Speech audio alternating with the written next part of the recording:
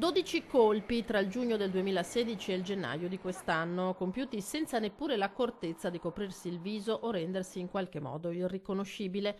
Sono quelli contestati dai carabinieri a un 26enne italiano di origini marocchine nella zona di Mogliano Veneto.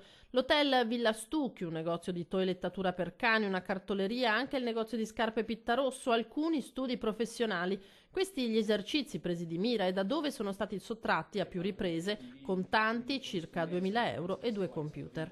Nei giorni scorsi i carabinieri lo hanno arrestato eseguendo un'ordinanza emessa dal Tribunale di Treviso. Quello che risalta è, come diceva anche il GIP nell'ordinanza, l'eccessiva spregiudicatezza del soggetto, il quale non si faceva scrupolo, pur essendo conosciuto, a entrare nottetempo negli esercizi commerciali o nelle strutture ricettive oppure in esercizi professionali e a sportare denaro o altri beni che trovava all'interno.